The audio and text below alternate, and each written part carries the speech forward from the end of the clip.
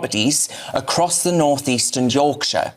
Now, after Labour MPs and the Home Office swore to my face, by the way, that the procurement was on ice and wasn't happening, they called me divisive, they called me dishonest, they called me a scaremonger. The document proves what they swore wasn't happening. From the world's conflict zones, a safe and legal route, she calls it. I call it a shopping list.